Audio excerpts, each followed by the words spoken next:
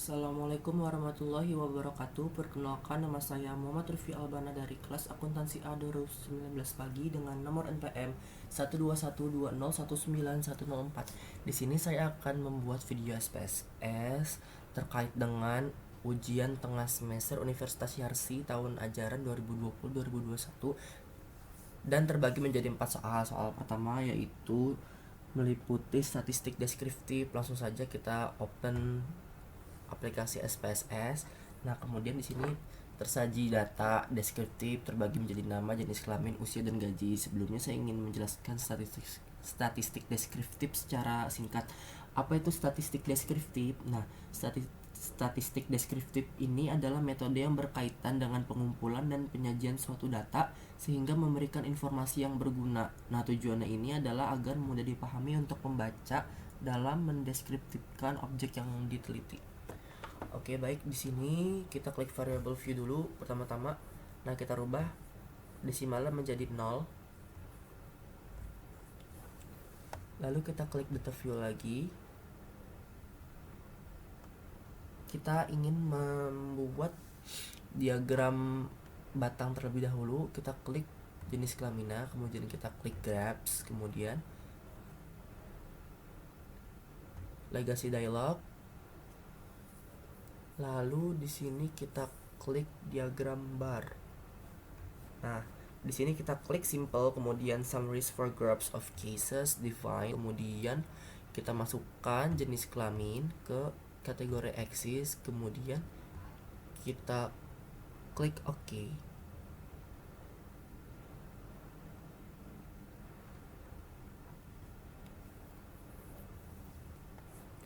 Nah, di sini tuh kan tersaji diagram batang di mana pria lebih dominan daripada wanita. Jumlah pria itu 8 dan jumlah wanita 7. Kemudian kita klik lagi jenis kelamin, kita ingin membuatnya menjadi diagram lingkaran. Lalu legacy dialog, kita pilih pie, kemudian summaries for groups of cases define. Lalu kita klik jenis kelamin. Kita klik OK. Nah, di sini juga tersaji data antara pria dan wanita, di mana jumlah pria lebih banyak daripada wanita. Oke, kemudian lanjut, kita ingin membuatnya menjadi data histogram. Kita klik gaji, kemudian kita klik graphs, legacy dialog, kemudian histogram. Kita klik gaji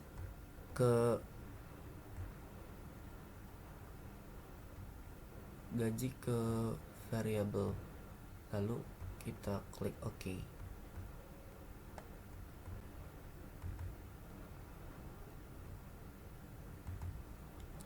Di sini sudah ada outputnya dari data histogram.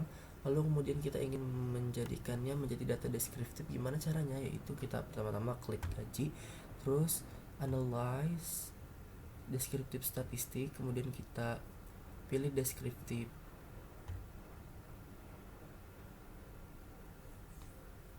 Di sini kita klik gaji, kemudian kita masukkan inputnya. Opsinya semua ya, kecuali SMIN. Oke. Nah, di sini prosesnya, outputnya. Lalu kita ingin menjadikannya menjadi frekuensi data. Gimana caranya? Pertama-tama kita klik analyze, kemudian kita ini frekuensi. Nah, kita masukkan semuanya kecuali itu nama. Jenis kelamin masukin, usia masukin, gaji masukin. Kita klik OK. Nah, di sini sudah ada keluaran outputnya dan jumlah-jumlah datanya. Sini outputnya valid ya. Oke, baik, sekian. Oke, kita lanjut ke soal UTS nomor 2. Di sini tersaji data kuesioner primer. Nah, sebelumnya saya ingin menjelaskan apa itu data primer. Nah, data primer ini berasal dari kuesioner. Nah, atau wawancara hasil pengamatan terhadap objek tertentu. Nah, kuesioner ini bersifat fleksibel sebab digunakan oleh banyak jurusan. Jadi hampir semua jurusan bisa menggunakan instrumen ini dan disesuaikan dengan kebutuhan penelitian. Oke, langsung lanjut. Kita klik analyze, kemudian kita klik scale, kemudian kita reliability analysis. Nah, kita masukkan input B01 sampai B06. Sebelumnya, ini kita keluarin dulu semua input yang ada. Kita klik B01, B02, B03, B04, B05, B06. Kita klik statistik, kita pilih scale if item selected, continue, kemudian oke. Nah, di sini ada hasil outputnya.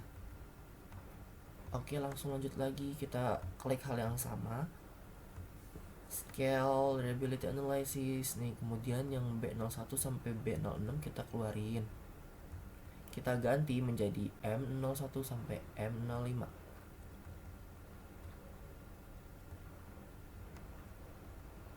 Kemudian kita masukkan input M01 sampai M05, M02, M03, M04, M05.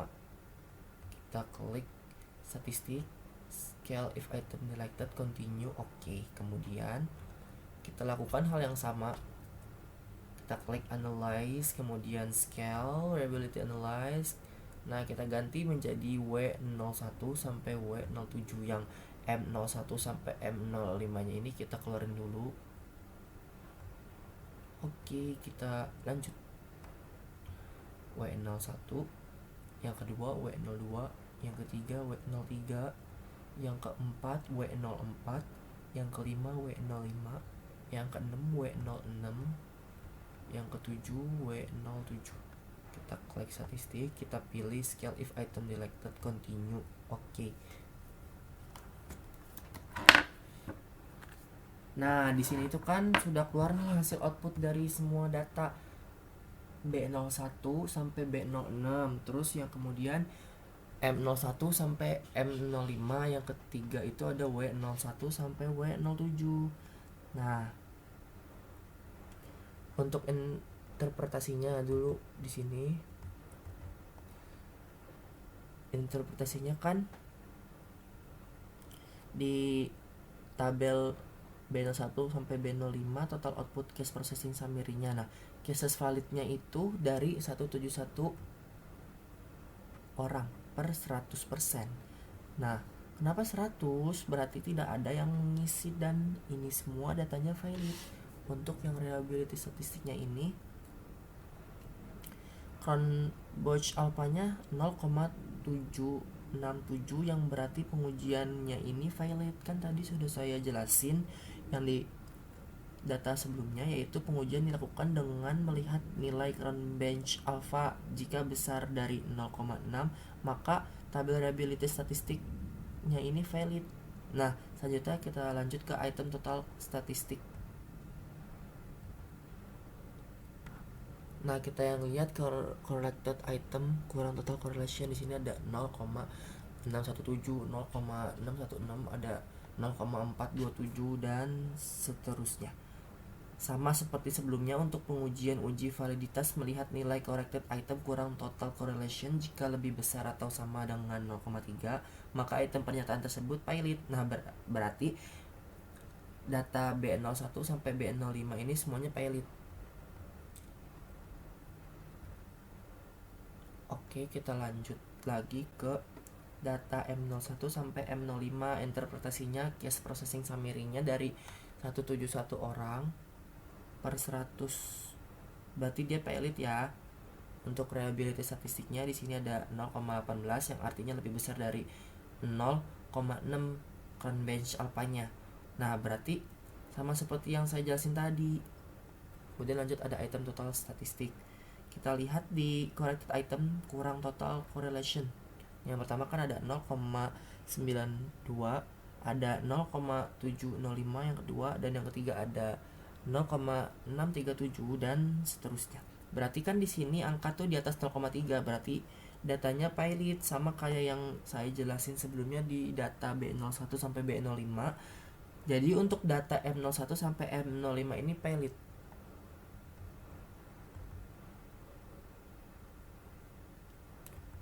Oke, selanjutnya kita lanjut data W01 sampai W07. Untuk hasil output table case processing summary-nya pilot karena dari 101 orang per 100% juga.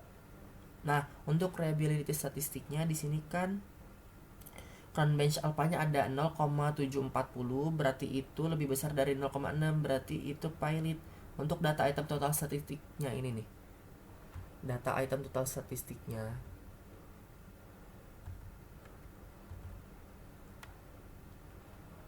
Untuk datanya ini yang pertama ada 0,457, yang kedua ada 0,567. Nah, berarti itu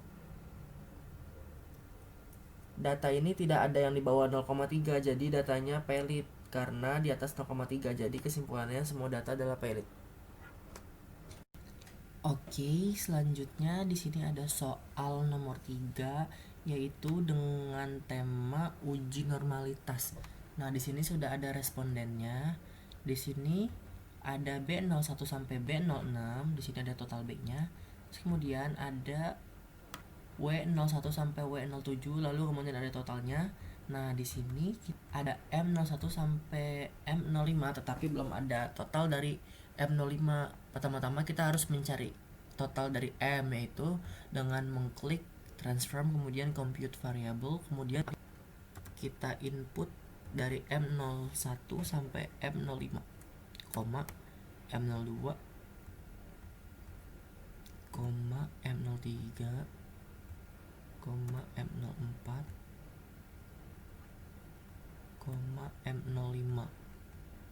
Lalu kita klik OK. Nah, di sini sudah ada .m. Kita pertama-tama harus memilih terlebih dahulu ke setelah M05.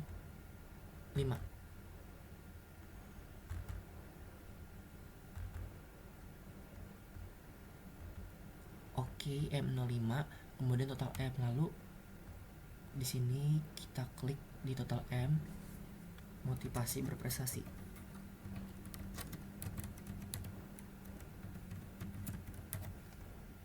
Lalu di sini kita klik menjadi scale. Untuk melakukan uji normalitas ya, pertama-tama kita klik analyze, kemudian kita regression, kita linear, kemudian pilih ya yang prestasi praktikumnya ke dependen, lalu kemandirian belajar ke independen, kemudian motivasi berprestasi ke independen. Di sini statistiknya plots-nya kita pilih plots ya, kita pilih histogram, lalu normal probability plot, kemudian yang save-nya kita pilih underdized, continue, kemudian kita klik OK.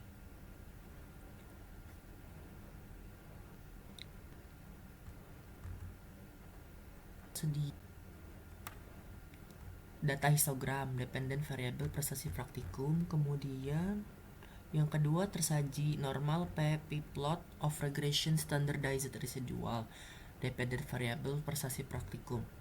Lalu kemudian kita pilih transform juga, maksud saya analyze, lalu kita ke non parametric test, lalu legacy dialog, kita pilih one sample KS, kemudian kita pilih yang underdized.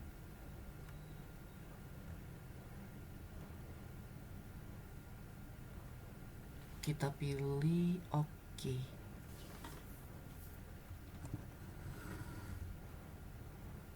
Nah, di sini susuk OK. Selanjutnya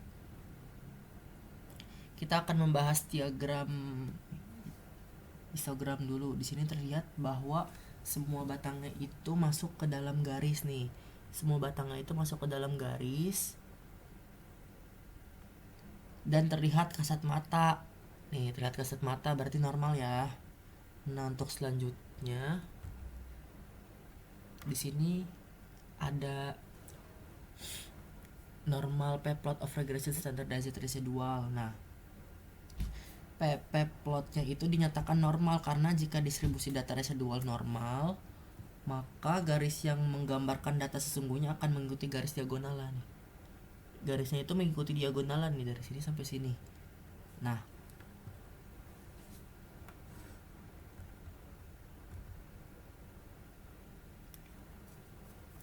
untuk menentukan normal atau tidaknya bisa dilihat dari tabel one sample KS. Kita bisa lihat dari signifikan totalnya ini hasilnya itu 0,463.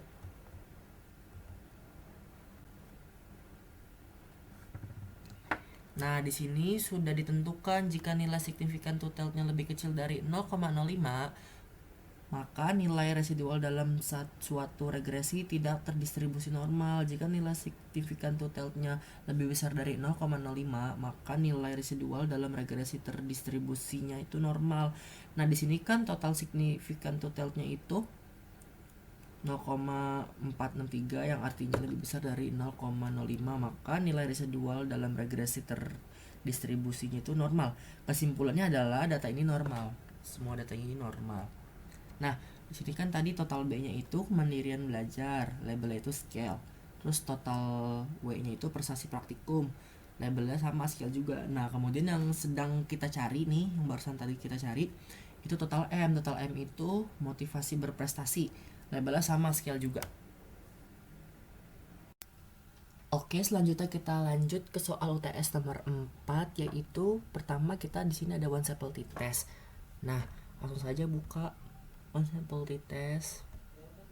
Nah, di sini kan ada uji one sample t-test. Contoh kasusnya itu seorang peneliti membuat dugaan yang menyatakan bahwa nilai rata-rata berat badan mahasiswa FEB Universitas Yarsi angkatan 2019 adalah sama dengan 55 kg. Penelitian ini bertujuan untuk menguji hipotesis rata-rata berat badan mahasiswa FEB Yarsi angkatan 2019. Dalam kasus ini penelitian melakukan pengambilan data secara random atau acak dengan jumlah mahasiswa FEB Yarsi angkatan 2019 yaitu sebanyak 10 orang mahasiswa. Untuk memberikan perkiraan tersebut, maka dilakukan pengambilan data sebagai berikut. Nah, di sini kan ada nomornya dari 1 sampai 10, kemudian ada berat badan. Di sini angka paling kecil berat badan ada 55 dan yang terbesar ada 70. Langsung lanjut ke aplikasi SPSS, buka, kemudian di sini desimalnya kita rubah menjadi 0 terlebih dahulu, kemudian kita klik data view. Nah, di sini kan ada data 55 sampai 70. Oke, untuk melakukan uji langkah-langkah one sample t-test, kita pertama-tama buka analyze, kemudian kita compare means, lalu kita one sample t-test. Nah, kita masukkan, lalu kita klik OK. Nah, di sini adalah hasil output dari one sample t-test. Nah, di sini ada one sample statistik di sini di mana jumlah orangnya ada 10, 5, 10, 9 dan standard deviation-nya ada 7,379. Nah, kenapa di rata-rata bisa 59? Kenapa di rata-rata bisa 59? Nah, kalau sedangkan kita mencari nilai rata-rata 55 karena 59 masih sama atau mendekati 55. Terus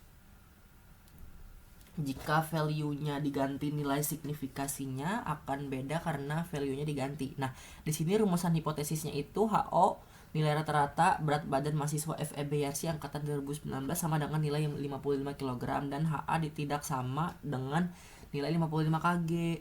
Terus di sini itu pedoman pengambilan keputusannya adalah jika nilai signifikan totalnya kurang dari 0,05 maka HO ditolak dan HA diterima, dan sebaliknya.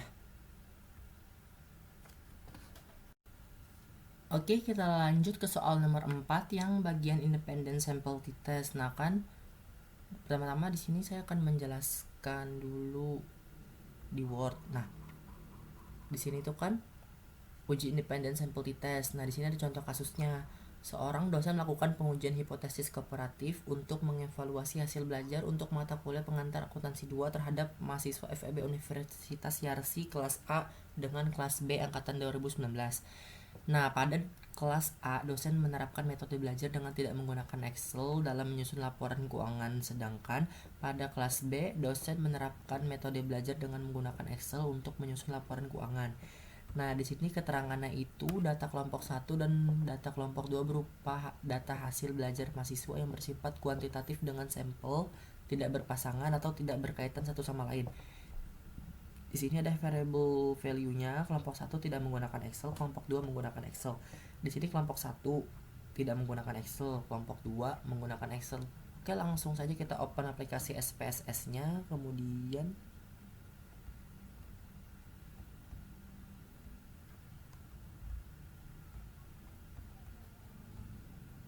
kita klik aplikasi SPSS dulu ya.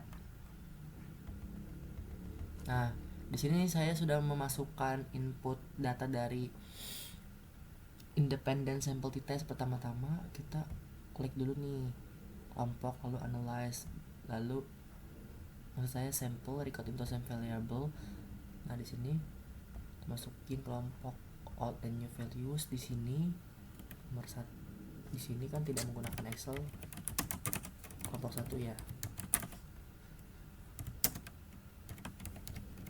Kelompok 1 add, yang kelompok 2 menggunakan Excel.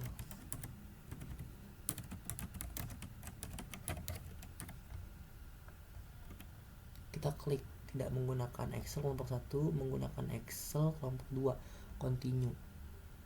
Oke. Nah, di sini sudah ya. Oke. Pertama-tama di sini kita buat dulu nih menjadi 0. Lalu kita klik values. Nah, di sini klik tadi tidak menggunakan Excel yang kelompok 1. Excel. Add.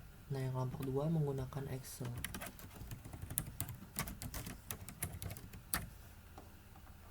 Add. Tidak menggunakan Excel, menggunakan Excel, kita klik OK. Kemudian di sini stringnya kita rubah dulu menjadi numerik. Oke. Sudah ya. Jika sudah, untuk langkah-langkah independent sample t-test, pertama-tama kita klik analyze, kemudian compare means, kemudian independent sample t-test. Nah, untuk kelompok dimasukkan ke sini, nilai dimasukkan ke sini. Define grupnya, kelompok 1 masukin ke 1, kelompok 2 atau grup 2 masukkan ke 2. Oke. Nah, di sini tuh adalah hasil output dari independent sample t-test. Oke, di sini ada one sample statistiknya kanan tadi.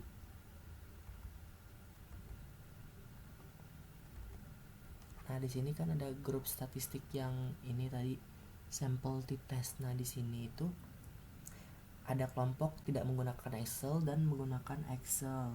Terus di mana jumlah orangnya yang tidak menggunakan Excel ada 15, yang menggunakan Excel ada 15. Terus di sini rata-rata yang tidak menggunakan Excel ada 82,27, sedangkan rata-rata yang menggunakan Excel ada 88,60. Standard deviation yang ini 7,658, di sini 6,663. Terus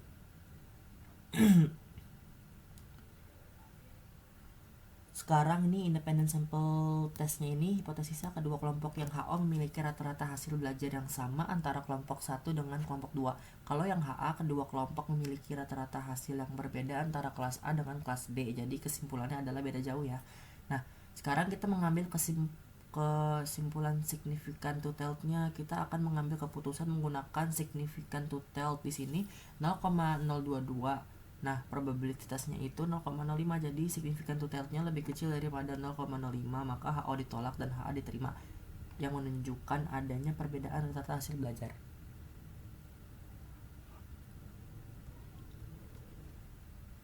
Oke, kita lanjut ke paired sample t-test. Di sini ada uji pair sample t-test. Terus ada contoh kasusnya, yaitu sebuah perusahaan obat melakukan penelitian dari obat penurun berat badan terhadap beberapa sukarelawan mahasiswa Universitas Yarsi. Nah, sebuah penelitian ini dilakukan dengan mengambil sampel berat badan sebelum diberi obat dan sesudah diberi obat. Nah, di sini kan ada tabel berat sebelum diberi obat dan berat sesudah diberi obat. Nah, ada 58 ke 55, 64 ke 60, 66 ke 61 sampai 58 ke 56. Oke, langsung lanjut saja, kita buka aplikasi SPSS-nya, kemudian kita klik analyze, kemudian kita compare means, lalu kita ke pair sample t-test. Nah, di sini berat sebelum kita masukin ke 1, berat sesudah kita masukin ke 2. Oke, kita klik oke. Oke, di sini sudah ada hasil output dari pair sampel statistik, di mana berat sebelum di sini ada rata-ratanya itu 66,813, orang ada 16, dan kemudian berat sesudah ada 61,938, orangnya ada 16.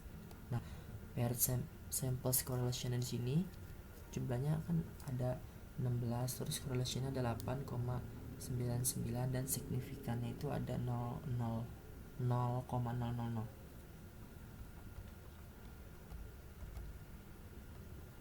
Nah, jadi hipotesisnya ini HO tidak ada perbedaan rata-rata berat badan dari sebelum diberi obat dengan sesudah diberi obat. Terus kalau di HA ada perbedaan rata-rata berat badan, sekarang kita akan mengambil keputusan uji independen menggunakan significant to tell. Rata-ratanya ini kan yang tadi saya bilang, rata-ratanya ini kan ada 0,00. Terus kesimpulannya itu significant to tell-nya lebih kecil daripada 0,05, jadi HO ditolak dan HA diterima. Nah, terus kita akan mengambil keputusan menggunakan t-table-nya, yaitu t-nya itu 6,630, terus hasilnya adalah 2,1, jadi dapat disimpulkan T hitung lebih besar daripada t-table, jadi HO ditolak dan HA diterima. Hipotesisnya itu adalah perbedaan rata-rata berat badan dari mahasiswa FEB Yarsi angkatan 2019, yang artinya ada pengaruh dari sebelum dan sesudah diberi obat. Terus tiga-tiganya sama ya, kalau kita gunakan hipotesis significant to tell-nya sama t-table-nya. Oke, kemudian kita lanjut ke soal nomor 4 yang ANOVA. Langsung saja kita buka SPS. Nah, yang menjelaskan ANOVA secara singkat. Uji ANOVA itu atau analysis of variance merupakan pengujian dengan menganalisis variance. Nah, apabila pada uji T jumlah sampel yang digunakan adalah 1 atau maksimal 2 sampel, maka pada uji ANOVA sampel atau variabel yang digunakan lebih dari 2. Oke, pertama-tama, nah kemudian kita klik kelompok pasien.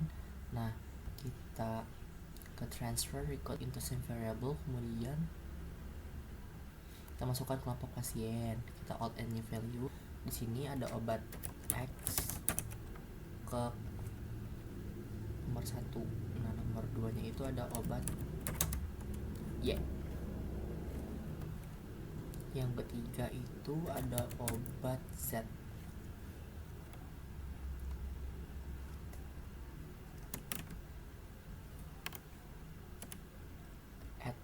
Nah, lalu kita klik continue. Oke. Jika seperti kita klik variable view, kita klik values. Nah, sama seperti tadi, di sini tadi ada obat X. Yang kedua itu ada obat Y. Yang ketiga ada obat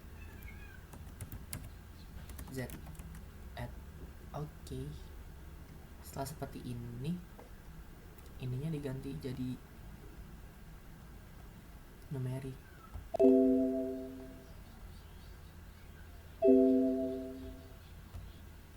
Oke.